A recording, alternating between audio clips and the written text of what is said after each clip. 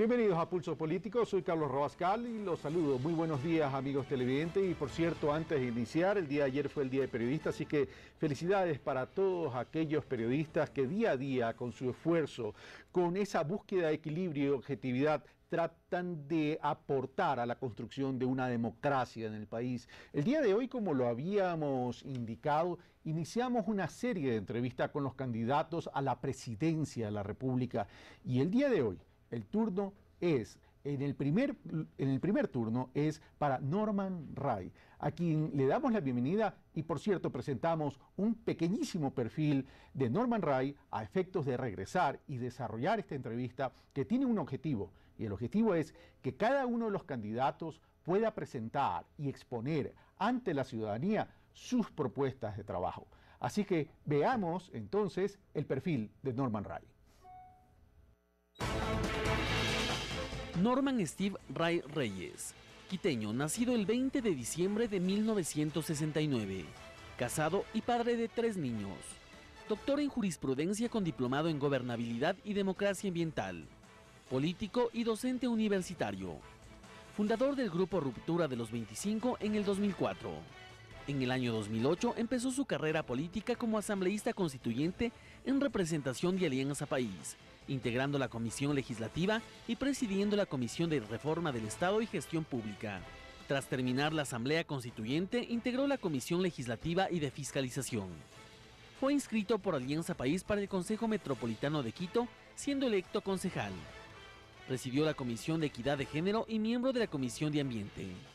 Actualmente se postula como candidato presidencial por Ruptura 25 para las elecciones de febrero de este año. Bueno, él es nuestro candidato el día de hoy, Norman Ray, por el Movimiento Ruptura, lista 25.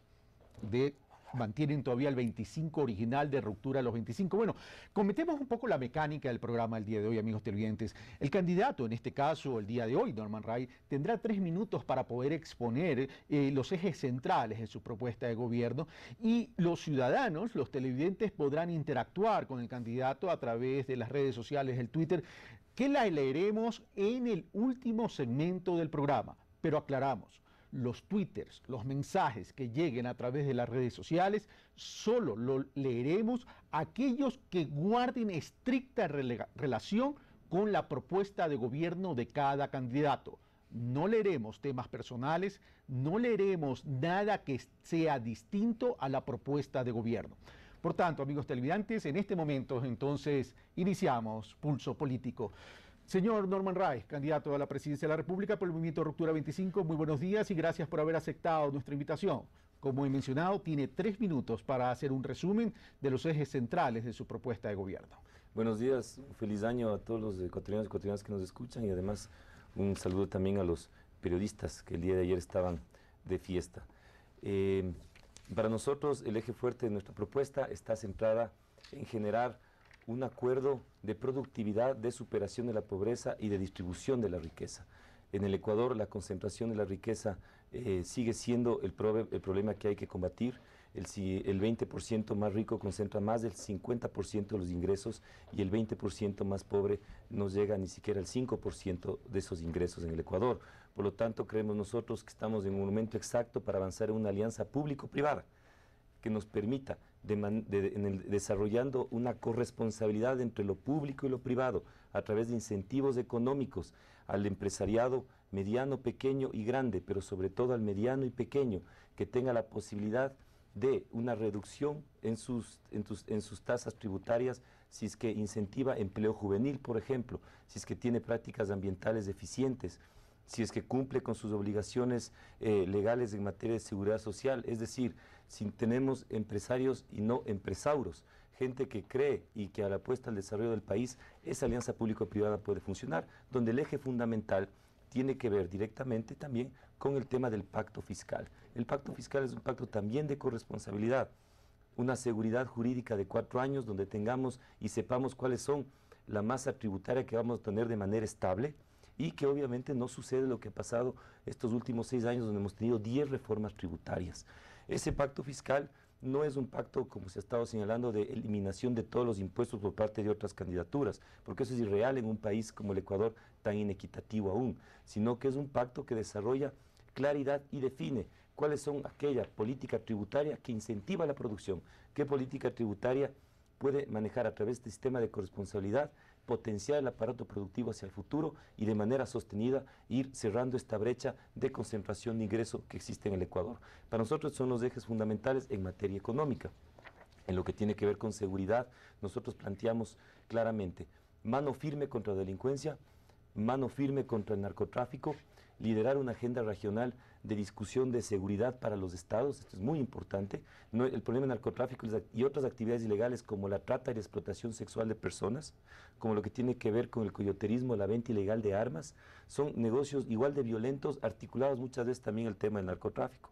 Pero el Ecuador tiene una vulnerabilidad especial, es la única economía dolarizada frente a la costa del Pacífico, entre Colombia, entre Perú, entre Bolivia, Brasil y Venezuela. Por lo tanto, hay que tener una política regional en la lucha contra este tema. Y por otro lado, fortalecimiento de la Policía Nacional y sus grupos especializados, pero a la vez la construcción de comunidades seguras, de cero tolerancia a cualquier forma de violencia, para que la gente pueda estar segura en la calle, pero también en su casa. Gracias, señor Norman Wright, por el resumen o su presentación de los ejes centrales en 3 minutos. Comenzamos entonces con las inquietudes y las preguntas.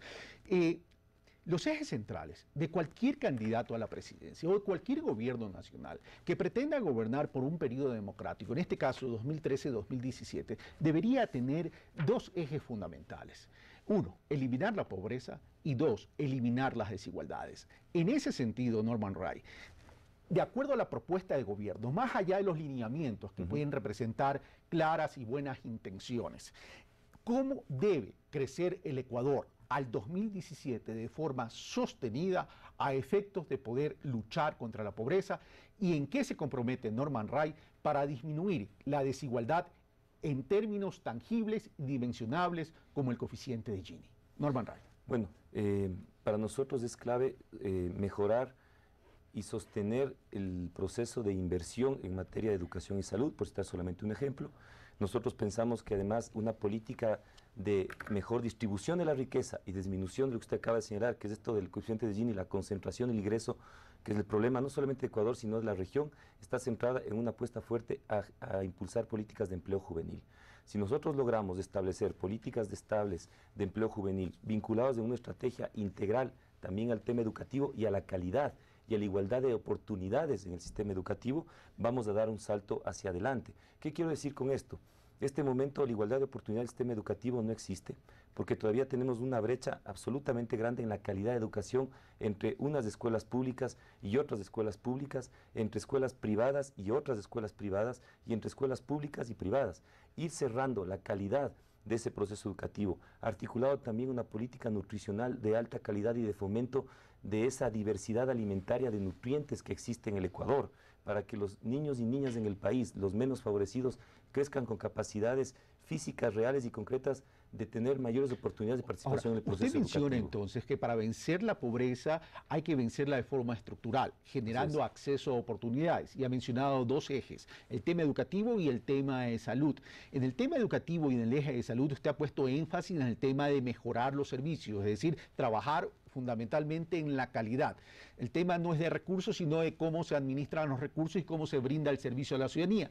Desde ese punto de vista, ¿qué tipo de reingeniería piensa hacer en un aparato burocrático tremendo? Porque eso es cambiarle el comportamiento cultural al aparato burocrático, tanto a los maestros, tanto como a los administradores de la salud pública. Tienes que invertir fuertemente en el proceso de mejoramiento, de innovación y de capacitación del facilitador del proceso educativo, que es el maestro, ¿no? Es ahí quien él tiene en sus manos, en el tema educativo, la posibilidad de ir diseñando cuál es y construyendo en la comunidad educativa, porque es una corresponsabilidad no solamente del Estado, sino también de la sociedad ecuatoriana, el ciudadano que quieres tener luego de 13 años de estudio. Entonces, ese maestro tiene una responsabilidad inmensa.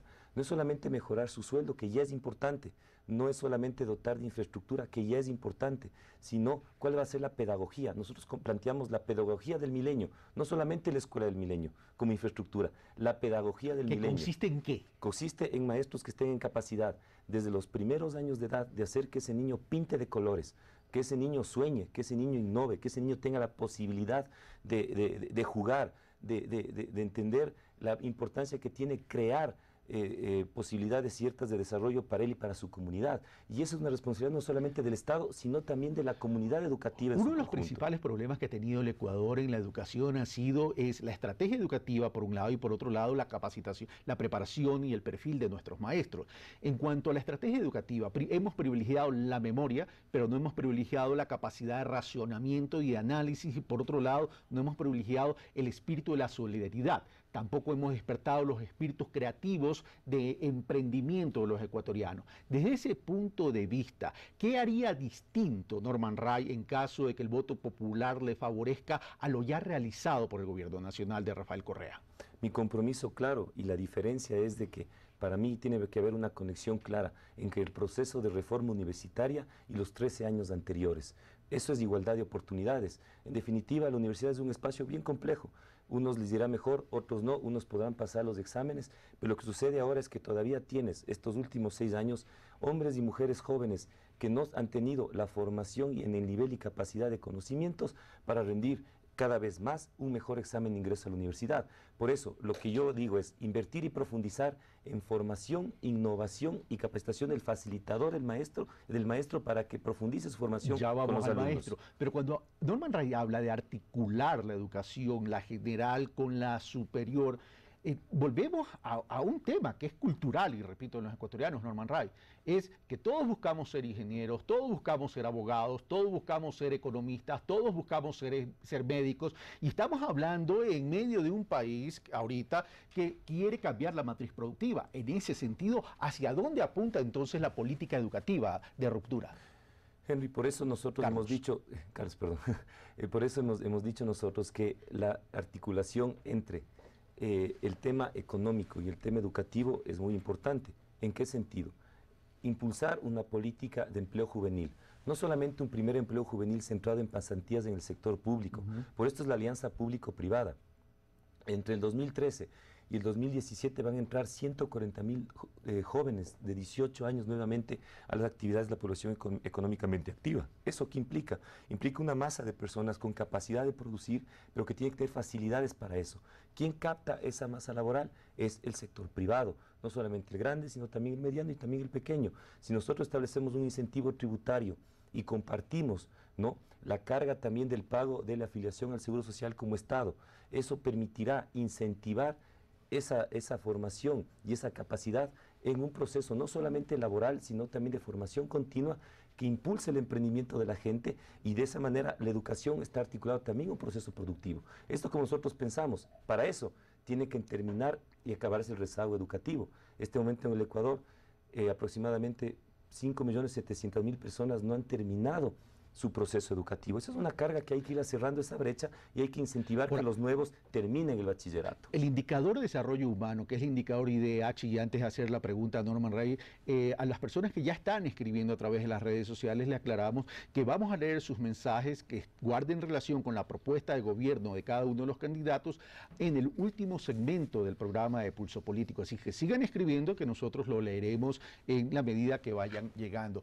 Norman Ray, el indicador de desarrollo humano es fundamental medirlo y tangibilizarlo, no tanto como un indicador, como una cifra, sino que esto nos muestra cómo las personas van accediendo a las oportunidades de desarrollo como paso previo para vencer la pobreza y para eliminar las desigualdades. En ese sentido, hablemos de la deserción educativa, porque si bien se ha ampliado la cobertura de la educación, todavía tenemos indicadores preocupantes en lo que es la deserción educativa. ¿Qué piensa hacer Ruptura 25 como propuesta dentro del eje educativo para poder disminuir o eliminar la deserción educativa? Uno de esos temas es ver en qué años, en qué edad se produce el mayor nivel de deserción, y de lo que hemos visto se produce en un periodo entre los 15 y 17 años de edad, porque es un periodo en el cual también hay mucha presión económica por la independencia y la necesidad de generar ingresos para las familias o para el propio joven que estudia. Por lo tanto, ahí nosotros planteamos que es el momento exacto de revisar con salario digno y con cobertura de seguridad social la posibilidad de que haya una flexibilidad de trabajo del joven entre compartir sus estudios con horas de trabajo a través de una economía de servicios, vinculada a los servicios, por ejemplo, vinculados al turismo, por si se mete un ejemplo, en los centros urbanos. Para nosotros eso va a ser la posibilidad cierta de ir motivando que haya esta estructuración para que no haya una deserción del sistema educativo, porque es uno de los problemas más importantes que existen. Nosotros creemos que hay que articular la política del primer empleo juvenil con las posibilidades de proyecto de vida también de los jóvenes. Y esto nos permite un diálogo intergeneracional. Nosotros creemos que apostar al primer empleo juvenil y ir premiando al sector productivo que no solamente brinde un empleo juvenil transitorio, sino sostenido en el tiempo y con capacitación, es también apostar a las generaciones mucho más grandes en un sistema de solidaridad a través del tema de seguridad social. Pero ahí nos falta un eje importante que son los gobiernos locales, porque cuando hablamos de educación, Norman Ray, en el país, hablamos de la centralidad, una política central, una política estrategia que parte de del gobierno central. Pero ¿qué hay de los municipios? ¿Qué hay de los gobiernos locales? ¿Cómo reactivar ese rol protagónico? Porque evidentemente cada localidad y cada región tienen particularidades distintas y diferentes. Mire, Carlos, no puede haber una política de mejor distribución del ingreso en el país que no tenga una estrategia coordinada y concurrente.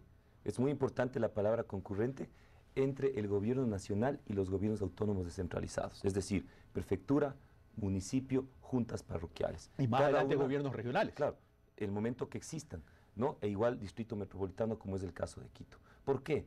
Porque solamente, es decir, creo que seguimos cometiendo el error de competir por las competencias. Y lo que se plantea constitucionalmente es que cada uno, en función de la gente, de sus derechos, de potenciar su desarrollo, cada uno de los niveles de gobierno pongan lo mejor de sus recursos y conocimientos para intervenir territorialmente. No solamente basta distribuir el presupuesto del Estado a través de una fórmula, sino estrategias claras que le den una economía también al ciudadano en la ciudad, reconociendo lo que cada uno de esos territorios hace. Solamente si logramos estructurar una estrategia en ese sentido, enfocado fuertemente en la generación de este proceso de empleo juvenil, vamos a tener un grupo de ciudadanos en capacidad, no solamente de ir a la universidad, sino de escoger libremente si quieren la vida laboral una vez que acaban los 13 años de formación, si quieren seguir estudiando en la universidad o quieren seguir una carrera técnica. Entonces, esta es la conexión desde una visión de un tema económico, pero también social, de oportunidades y de proyecto de vida. Ahora, ¿cómo el cambio en la educación no solo es de infraestructura, sino también es de ir capacitando a los maestros, y esto es un proceso continuo y permanente? Y como es un proceso, va a demorar algún tiempo en comenzar a ver los resultados. Pero en ese proceso que juegan los maestros un papel importante y los padres de familia, por cierto, ¿cómo también entonces fortalecer a los maestros, considerando que la educación durante algún tiempo dentro de la institucionalidad democrática del país fue tremendamente politizada? Desde ese punto de vista, ¿cómo fortalecer entonces el perfil académico de los maestros, que no solamente deben ser transmisores de conocimiento, sino también deben ser personas que sean capaces de interactuar con los niños, adolescentes y jóvenes a efectos de implementar una adecuada orientación? Y lo otro, el rol de la familia dentro del proceso educativo. Mire, enseñando a utilizar la información que tenemos. Actualmente el Internet, ¿no? Se llama la Biblioteca de Alejandría de hace varios miles de años. Ahí está mucho de la información y el conocimiento de la humanidad de este momento. Pero uno tiene que saber, ¿no es cierto?, la diferencia entre entrar al vago.com o a la Wikipedia o analizar la información como un referente e investigar los lugares exactos que nos permita generar innovación. No solamente significa tener una computadora, sino saber qué yo puedo hacer con eso para generar mejor conocimiento, crear cosas. Y el maestro tiene que ser quien facilite ese proceso con los jóvenes. El maestro tiene que ser aquel que tenga la posibilidad de manejar toda esa información y potenciarle hacia la generación de cosas nuevas. Esta es la forma como se genera un valor agregado en ese proceso educativo. Y por eso yo creo que los mejores maestros deben estar, los mejores maestros, hombres y mujeres de este país, primero darle el valor que tiene el maestro. El maestro va a ser quien nos va a llevar hacia el proceso de desarrollo. Y ese maestro tiene que estar en los mejores maestros durante esos primeros 6 años, donde se solidifica con fuerza las posibilidades de crecimiento intelectual y de creación de los chicos y chicas. Pero hay otro tema adicional. Yo hablé del tema de salud.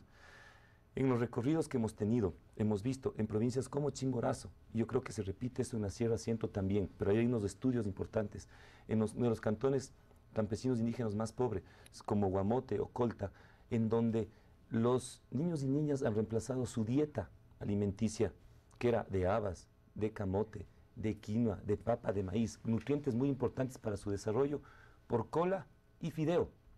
Entonces, ¿qué es lo que tienes tú? No dan la talla, están con un rezago nutricional. Ese rezago nutricional implica rezago educativo después, implica problemas de pobreza.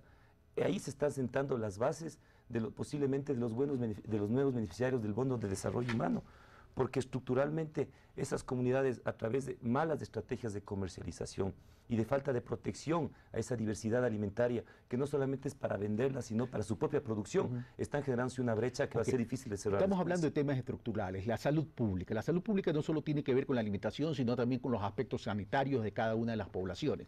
En ese sentido, empatan completamente. Pero uno es lo que uno come también. No, eso es evidente. Completamente. Eso es evidente, pero usted ya lo mencionó. Pero vamos al aspecto sanitario, porque ahí se requiere un trabajo articulado entre lo que es gobierno central y lo que son municipios, porque los presupuestos de los municipios a veces no alcanzan. Si son municipios grandes está bien, pero si son municipios pequeños es súper complicado poder mejorar esos aspectos sanitarios. Desde ese punto de vista, ¿cuál es la propuesta de Norman Ray de Ruptura en términos de la política sanitaria del país?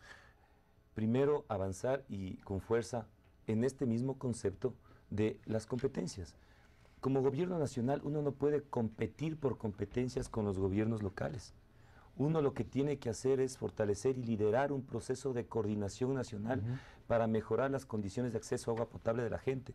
No puede ser que en provincias como Manabí, recién nomás el 28 de diciembre se acabó por fin, creo que la Junta de Recursos Hídricos, pero todavía no tienen agua. Yo acabo de venir de una gira por Manabí, reunido con estudiantes en San Vicente, en la Universidad del Sur de Manabí. Más allá de la discusión de la reforma universitaria, hay cosas que son importantísimas también en el país. Los estudiantes me dijeron, pero si aquí no hay agua en los baños, que han pasado durante 30 años. O sea, hay un problema ahí de falta de transparencia, de falta de gestión, de responsabilidad clarísima de quienes han liderado a nivel de las instancias como la Junta de Recursos Hídricos, han liderado procesos históricos de uso de recursos y hasta ahora más del 50% de la población de una provincia tan importante, habiendo agua, no accede a eso. Estos son los temas que tenemos que solucionar de manera clara y yo propongo por eso, de manera concurrente, trabajar en una estrategia nacional de cobertura de agua potable y de alcantarillado, que es la base para lo que usted dice, pero es la base para el desarrollo. No podemos tener turismo de calidad, con valor agregado, si no tenemos destinos certificados en el país, entre otras cosas, con calidad de servicios como agua. Ok, regresemos al tema de la economía y regresemos al tema del modelo de desarrollo. Ya para ir terminando este primer bloque, habíamos hablado que los ejes centrales es eliminar la pobreza y eliminar la desigualdad. En ese sentido, ¿cuál es la propuesta de Norman Ray del Movimiento Ruptura en términos de mejorar la renta de los ecuatorianos? Es decir, hoy por hoy, si vemos que el Producto Interno Bruto lo dividimos para el número de habitantes, más o menos, establece un promedio de $4.400 por habitante. Evidentemente, eso no es la realidad para todo el mundo, porque hay una concentración de riqueza tal cual como usted la mencionó. Desde ese punto de vista también hay que eliminar la desigualdad. Al año 2010, la pobreza estaba en el 37%, de acuerdo de acuerdo a los indicadores del Banco Central y de la CEPAL. Al 2011 bajó al 32.4%. La indigencia bajó del 14.2 al 10.1 y la desigualdad en el 2006 estaba en un coeficiente Gini del 0,54 y al 2011 0,47. Para poder tangibilizar su estrategia de desarrollo, Norman Ray, ¿cuáles son hacia dónde tiene que bajar la pobreza o propone bajar la pobreza por un lado y por otro lado hacia cuánto piensa mejorar la renta de los ecuatorianos? Para nosotros necesitamos fortalecer lo que implica la manufactura y el quehacer agrícola y ganadero del sector rural del Ecuador. Eso es importante para que la gente pueda quedarse produciendo en su propio territorio. Eso implica potenciar a través de una estrategia económica que articula a través del tema solamente de un servicio como el turismo, un corredor turístico de valor agregado que potencie también ese sabor y ese saber nacional. Hay que darle, por eso señalaba yo con el tema de salud también, no puede ser que por estrategias de comercialización que favorecen a los grandes expendedores de estos productos, tú estés dejando de lado esa diversidad alimentaria que no solamente implica el hecho cierto de la comercialización de esos productos, sino también el valor que eso implica en la salud de la gente. Por lo tanto, es una estrategia absolutamente integral. Nosotros creemos que lo único que va a activar la posibilidad cierta de ir disminuyendo la brecha es fomentar e invertir en la gente a través de este sistema de corresponsabilidad en materia tributaria. Eso está claro, son acciones estratégicas, pero partimos, estamos aquí, queremos llegar acá y esto se llama acciones estratégicas, que es lo que usted quiere, lo que usted acaba de mencionar, Norman Wright. Pero el tema es acá, a lo que queremos llegar, a cuánto queremos mejorar la renta de los ecuatorianos. Yo creo que por lo menos deberíamos tener como objetivo en el corto plazo. Al 2017 estoy hablando. Sí, bueno. Al 2017, ir generando condiciones que nos permita equiparar la canasta básica al ingreso de la gente. Pero un ingreso que esté no solamente relacionado a un problema de relación de dependencia, que es importante, sino relacionado también a capacidad productiva de generación de riqueza. Por eso hay que liderar un proceso de fortalecimiento de las capacidades de emprendimiento colectivo de la gente. No se atreve a decir una cifra, no se atreve a decir en cuánto bajaría la pobreza desde el 32.4% a un indicador al 2017, porque esa sería una meta. A ver, no es que no me atrevo. Yo creo que una meta importantísima es si nosotros logramos bajar al 25%, por decirlo algo. Es importantísimo. Sin embargo, me interesa mucho trabajar fuertemente con las fuerzas productivas del país para establecer un acuerdo de corresponsabilidad claro que pueda potenciar no solamente el trabajo en relación de dependencia, sino el emprendimiento colectivo de la gente. El 67% del empleo nacional es generado por empresas pequeñas y medianas. ¿Cuál va a ser la política del Movimiento Ruptura y Norman Wright en caso que llegue a la presidencia de la República para favorecer a estas empresas pequeñas, a estas empresas medianas, para que puedan generar más empleo? ¿Y cómo enganchar los emprendimientos de la base social en términos y bajo el concepto de asociatividad, cómo enganchar, a la cadena de productividad? Lo que había señalado, nosotros creemos que la política tributaria puede ser un motor también de desarrollo del aparato productivo. Los grandes siempre están de una u otra manera bien y van a estar bien. Hay que trabajar también con ellos. Pero el mediano y pequeño necesita un sistema de incentivo económico. Nosotros hemos dicho, con claridad y sin demagogia, podemos nosotros retirar el anticipo al impuesto a la renta para brindar mayor liquidez en un reconocimiento de que eso debe generar la posibilidad de generar mayor empleo y promoción del aparato productivo. Pero en base a eso, sentarnos y discutir la política tributaria, donde no vamos a decir que no se van a cobrar impuestos, pero donde articulamos un tema tributario hacia el incentivo de la producción. Y eso es un acuerdo público-privado que tiene que hacerse en el Ecuador, premiando a aquel mediano y pequeño empresario que genera empleo juvenil, que mantiene empleo juvenil estable y con formación, asumiendo parte de la carga vinculada a la seguridad social por parte del Estado. En países como Chile, políticas de generación de empleo juvenil ha significado también asumir parte del salario de la persona. Vamos a darle paso a una primera pregunta de un analista económico, el presidente del Colegio de Economistas de Pichincha, Víctor Hugo Albán. Doctor Norman Wright, soy el economista Víctor Hugo Albán, presidente del Colegio de Economistas de Pichincha. Mi pregunta para usted se relaciona a dos partes importantes del quehacer económico del país. La primera es con el instrumento más importante de políticas públicas, que es el presupuesto general del Estado. Enfáticamente, el señor ministro de Finanzas ha hecho declaraciones de que hay un déficit de 6.000 millones de dólares. ¿Cómo vamos a financiar este déficit? Si por un lado están cerrados los créditos internacionales, lo único que tenemos abierto es el crédito con China, que es muy caro y que obviamente no se le considera como crédito, por supuesto ni siquiera se registra en el Banco Central, sino como factoring. La segunda es la parte privada. Si el año 2012 la inversión privada ha cerrado con $200.000 aproximadamente de inversión, frente a Perú 14.000 millones, a Colombia 18.000 millones. ¿Qué es lo que se debe hacer para atraer la inversión privada, puesto que es la que genera en forma grande, en forma concomitante con lo anterior, el empleo, que es la parte fundamental que necesita el ecuatoriano, que necesita el ciudadano para estabilidad de la familia, para estabilidad del país? cómo financiar, cómo traer el financiamiento del sector externo, sobre todo al sector privado. Esas son las inquietudes que como Colegio de Economistas le formulamos a usted. Muchas gracias. Muchas gracias por la inquietud, economista. Para nosotros, abrir un espacio de una alianza público-privada y un acuerdo de pacto fiscal es una estrategia que no solamente trabaja hacia el interno, sino también hacia el externo.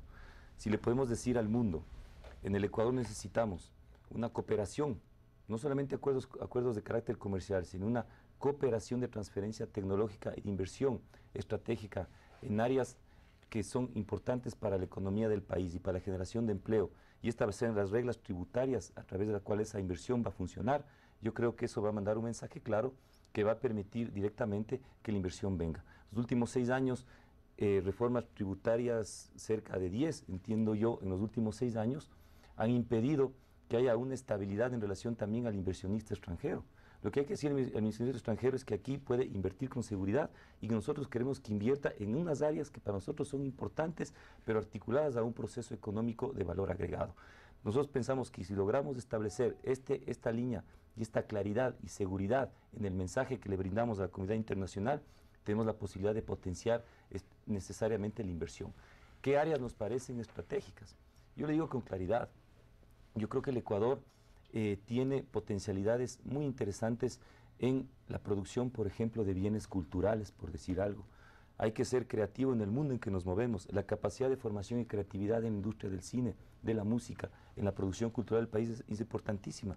Y es una dinámica y un mercado que no ha sido explotado en el Ecuador. Eso articulado también a los temas de turismo nos permite avanzar en una economía de servicios. Y eso articulado a la potencialidad y la utilización también del patrimonio natural del Ecuador, en investigación, en temas farmacéuticos. Pero con soberanía y con protección también a la innovación nacional, son áreas que deben traer una inversión a un país que es absolutamente diverso.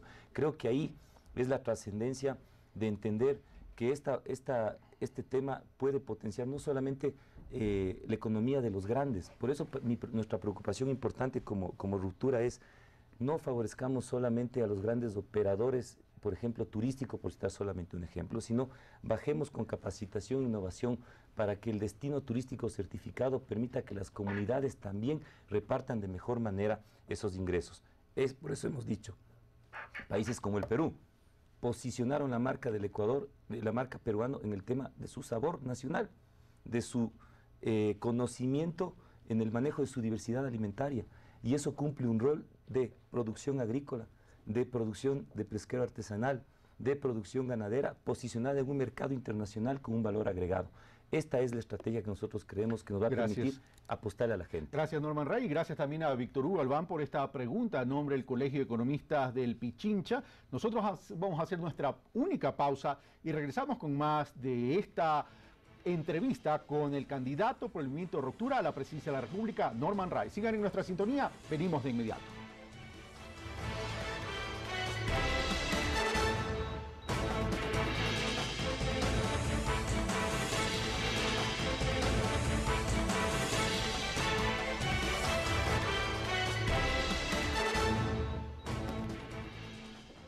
Estamos de vuelta, amigos televidentes. Esto es Pulso Político y el día de hoy estamos con Norman Ray, candidato a la presidencia de la República por el movimiento Ruptura. Vamos entonces a continuar con la entrevista. Norman Ray, terminamos el bloque pasado, el bloque anterior, con una pregunta del economista Víctor Hugo Albán, presidente del Colegio de Economistas del Pichincha, quien habló de la necesidad de la inversión extranjera. Ahí yo tengo ciertas inquietudes y ciertas precisiones que quisiera que me aclare. Pero antes de pasar a esas inquietudes, mira, quisiera recordarle algo que él también preguntó, pero que seguramente usted se le pasó por alto. Y el tema tiene que ver con los requerimientos de financiamiento del país. El ministro de Finanzas ha dicho que para el 2013 va a haber necesidades de financiamiento por 6.000 millones de dólares. Algunos dicen es un déficit en el presupuesto del Estado, otros dicen es necesidades de financiamiento. El presidente de la República ha dicho la variable de ajuste es la inversión. En ese sentido, ¿cuál sería para Norman Ray la variable de ajuste coincide con el presidente de la República que la variable de ajuste es la inversión, por un lado, y por otro lado, ¿cuáles serían las fuentes de financiamiento que plantearía el movimiento de ruptura y Norman Ray en caso de que ganar las elecciones? ¿Regresaríamos a los organismos multilaterales? A ver, pienso que siempre el tema de financiamiento a través de deuda es uno de los instrumentos que tienen los países para cubrir efectivamente problemas que tienen con el tema de su presupuesto y su déficit. Sin embargo, la estrategia de inversión que hay que fomentar, y es lo que nosotros queremos hacer, es de fortalecimiento y de fomento de una matriz productiva que le dé la potenciación al Ecuador en las cosas que hace bien y en las que puede hacer mejor. Pero eso es a largo plazo, normalmente. Es a largo plazo. O sea, las necesidades de financiamiento del 2013 son reales.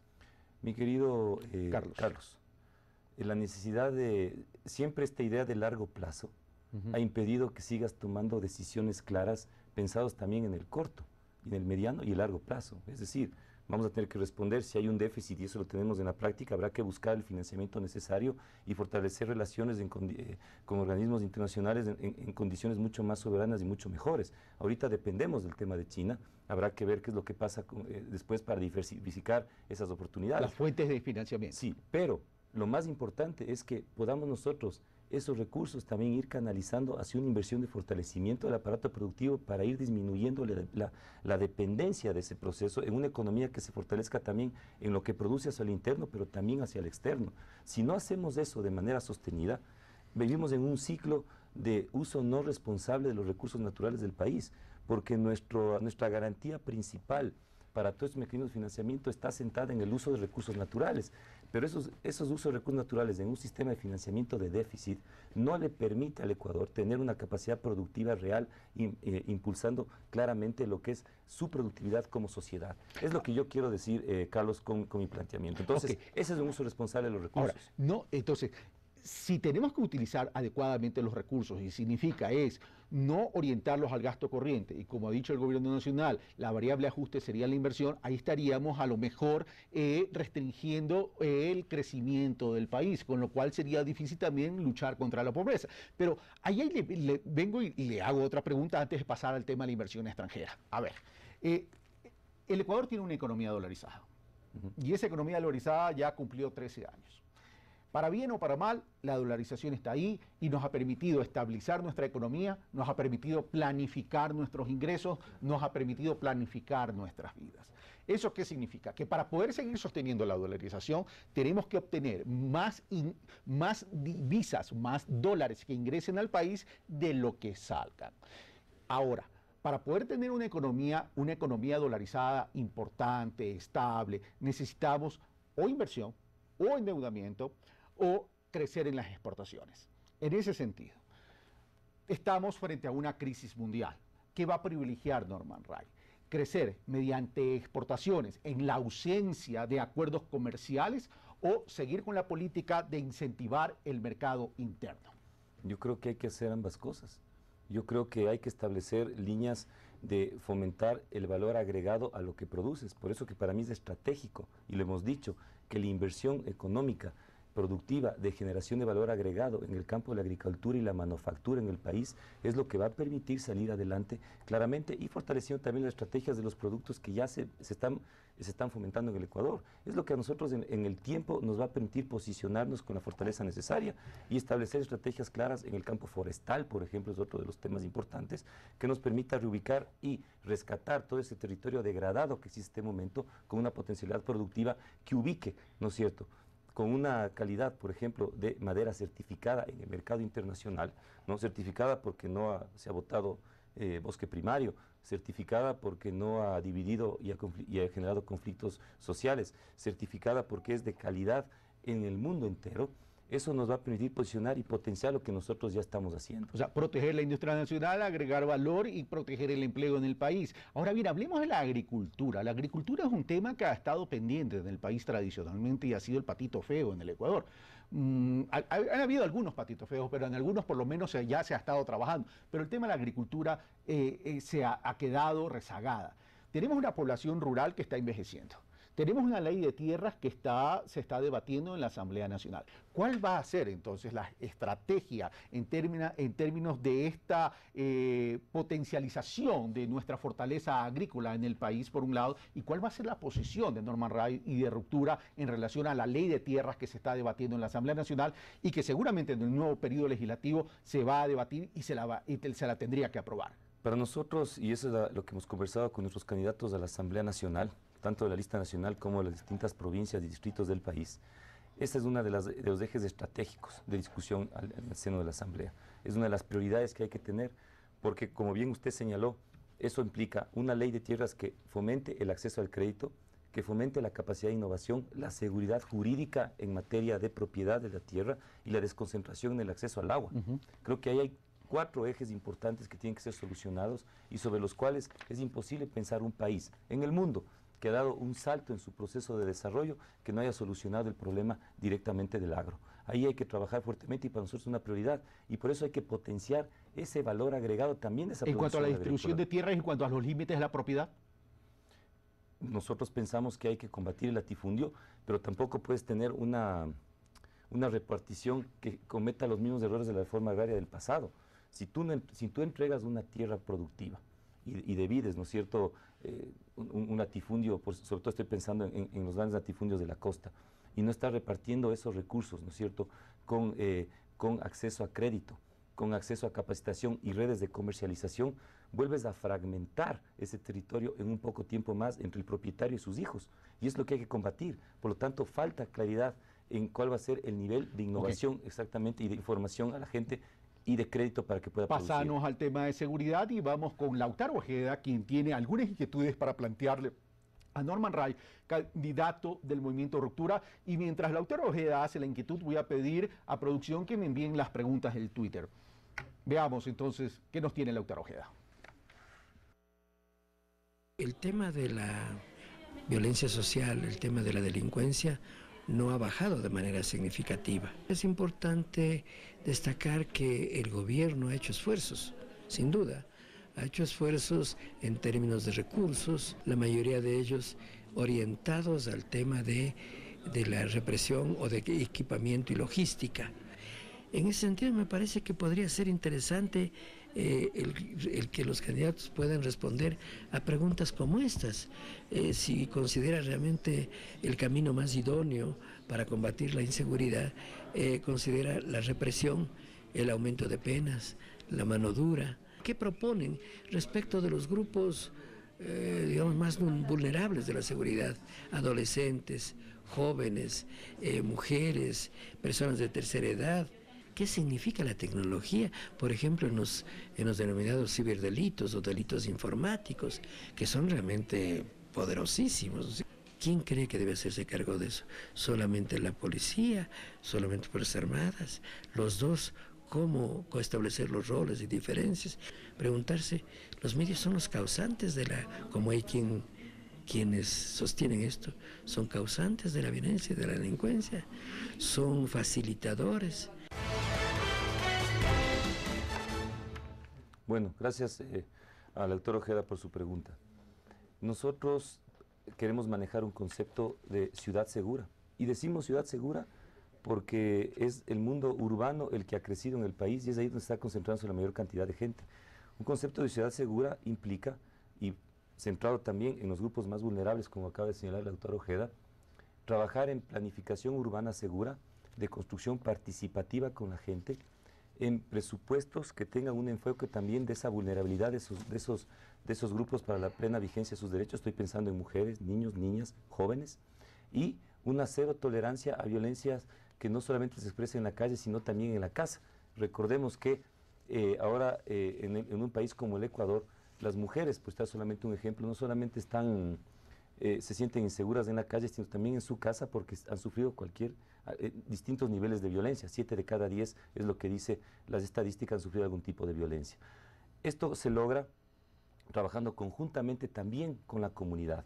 Solamente el fortalecimiento de la organización social comunitaria barrial en las ciudades es lo que va generando esta liberalización del territorio de los barrios y comunidades, de las ciudades, de los espacios públicos, para que se vuelvan en lugares realmente seguros.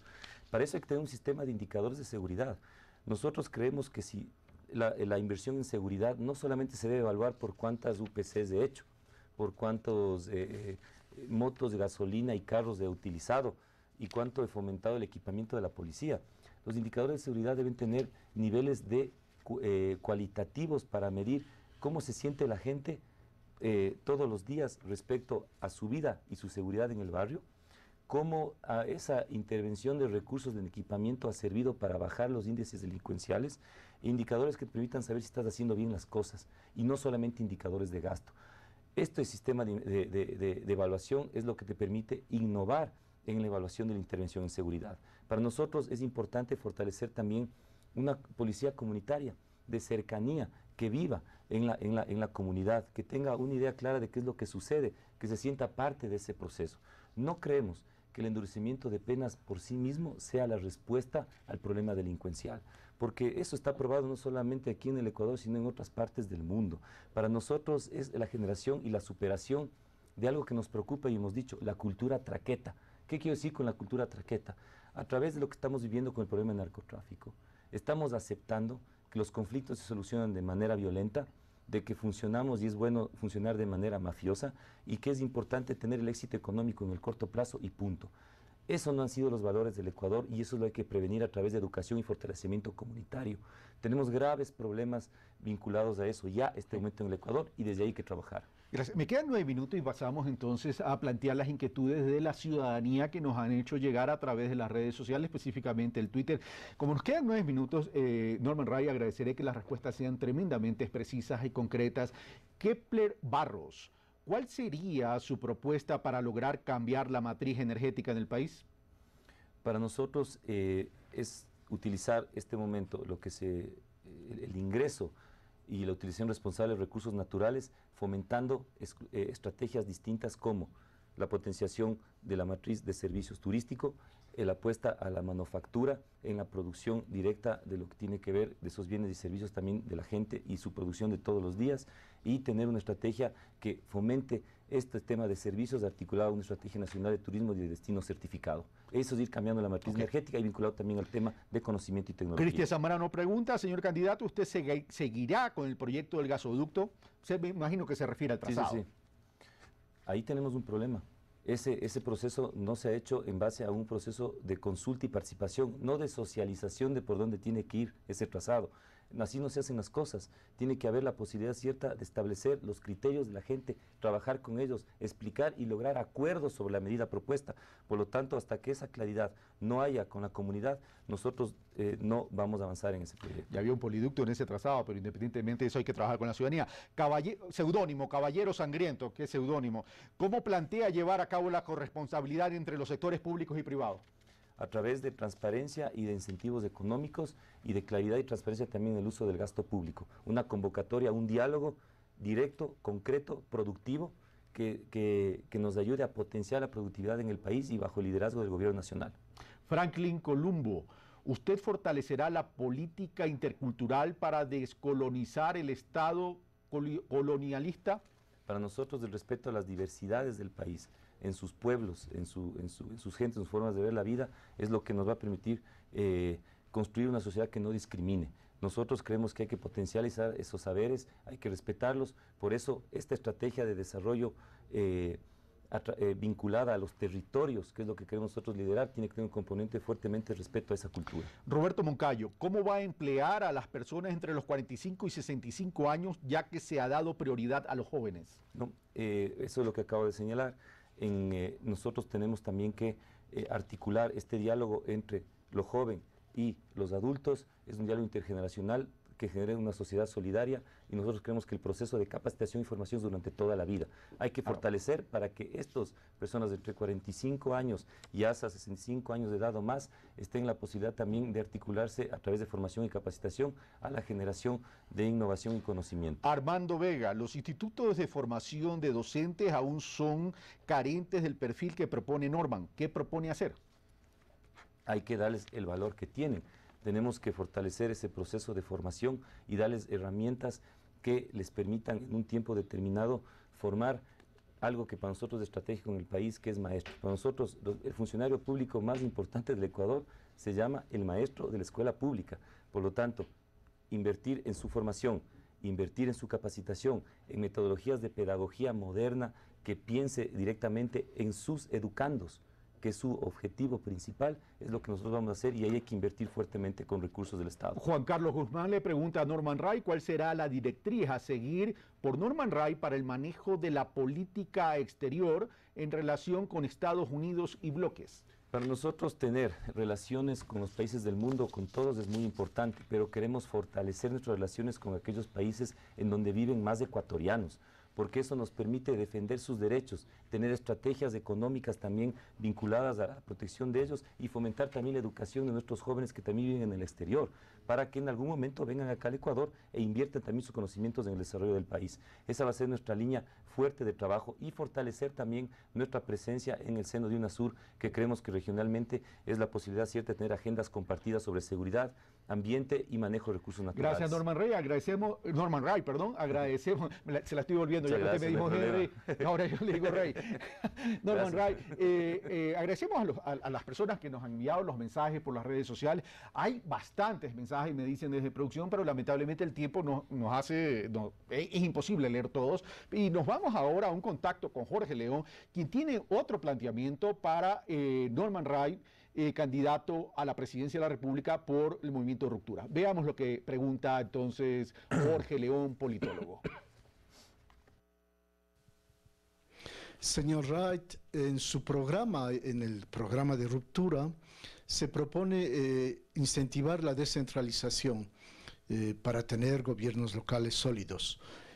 A su vez, ustedes promueven la democracia y rechazando un régimen fuerte, centralizado y autoritario. La pregunta es, en relación a las normas actuales vigentes por las cuales el Ejecutivo tiene un poder de definir casi todas las políticas, inclusive las que llegan al nivel local, usted, de ganar la presidencia, ¿qué haría? ¿Modificaría este sistema? ¿Cambiaría el COTAD? ¿Cambiaría la Constitución para modificar estas normas que le dan mucho poder al Ejecutivo? Si uno revisa la Constitución, establece que el ejercicio de las competencias exclusivas no se vuelven exclusivas, sino que pueden ser concurrentes en función de la prestación de servicios básicos y la defensa de los derechos de las personas. ¿Qué implica la concurrencia? Es algo que el país hasta ahora no comprende. Sigue viviendo en la matriz de la competencia por las competencias, de gobiernos que quieren ser, de ejecutivos que también quieren ser alcaldes. Nosotros lo que decimos es, debemos trabajar de manera coordinada en función de la gente. Cada uno de los recursos que tenemos en prestación de alcantarillado, en materia ambiental, en temas de salud y educación, debe enfocarse en conjunto en una intervención territorial. Por eso que una estrategia de desarrollo del país no puede dejar de lado el proceso de descentralización y autonomía, porque es ahí donde la política económica, social, donde la política cultural tiene realmente el efecto real y concreto que es en materia cultural. Respeto absoluto y liderazgo en ese proceso de coordinación con los gobiernos autónomos descentralizados, porque solamente saliendo con ellos en conjunto el país sale adelante pensando en la gente. Gracias, Norman Ray. Tengo un último Twitter. Primero una aclaración. Gracias, Javier Chávez, por tu mensaje, pero no lo voy a poder leer porque aclaramos que los mensajes que teníamos que íbamos a leer solo tienen que guardar relación con la propuesta de gobierno. Vamos a leer el de Diego Merchán. Dice, Norman Ray, para Ruptura 25, si dice mano firme a la delincuencia, ¿entenderé que se imputará a un menor de edad como adulto en un delito? No. Nosotros rechazamos, yo he sido y he trabajado fuertemente siempre en la defensa de niños y niñas, también de adolescentes, de jóvenes. Por lo tanto, no estoy de acuerdo con esa propuesta del código, de la reforma que se está planteando a nivel del Código Integral Penal. Para nosotros esa no es la forma del tratamiento. Eso no implica que haya adolescentes infractores y tengan que cumplir responsabilidad respecto al delito que cometen, pero no desde la criminalización y el Código Penal, sino desde una política de protección integral de derechos para que cuando ese joven entre a la cárcel no sea violado, no sea agredido y además no sea un espacio de aprendizaje en la Universidad del Delito. Es otra política distinta la que hay que tener en materia de jóvenes. Los jóvenes no son el problema de la delincuencia en el Ecuador, hay que decirlo con claridad. Los problemas están en otras partes y eso hay que trabajar construyendo comunidades seguras y comunidades que estén pendientes de su gente y en la generación de mejores condiciones de vida para el resto de la gente y de su comunidad. La inversión extranjera, ya para terminar, Norman Ray, y terminar el programa de Pulso Político en este domingo, usted dice, reglas claras, seguridad jurídica y el tema tributario. En ese sentido, muchos analistas dicen que la inversión extranjera es necesaria para hacer crecer la economía y generar empleo. ¿Qué incentivos de carácter tributario específicamente usted les daría para poder atraer a la inversión extranjera? Evidentemente que guarden coherencia con la visión estratégica de desarrollo que usted está planteando. Los mismos con los cuales vamos a trabajar también a nivel nacional. Vamos a premiar aquella inversión que genere empleo y productividad, disminución a su impuesto a la renta, por ejemplo. Hemos dicho ya que este impuesto anticipado a lo que tiene que ver con el tema el anticipo al famoso impuesto a la renta, eso puede generar también una mayor capacidad de inversión aquí en el Ecuador. Y el otro tema tiene que ver también con aquella inversión económica que sea respetuosa del ambiente y que genera innovación y transferencia tecnológica.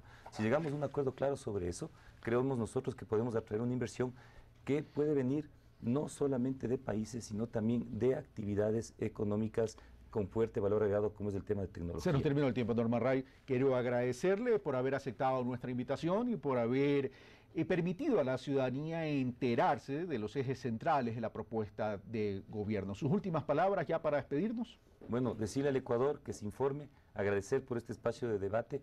Esto nos posibilita que el Ecuador conozca que la propuesta de la lista 25 de ruptura es una propuesta no demagógica, real y de posibilidades ciertas de llevarlas adelante en el país. Gracias, Norman Ray. A ustedes, amigos televidentes, les recordamos que el próximo domingo 13 estaremos con Alberto Acosta, candidato por el movimiento de la Coordinadora Plurinacional, quien estará con nosotros en la misma mecánica de entrevista, en el mismo tiempo y en el mismo horario. Nosotros, como siempre, brindamos las facilidades a los ciudadanos para que se enteren de las propuestas y son ustedes, amigos televidentes, los que sacan las conclusiones. Nosotros somos tan solo los facilitadores.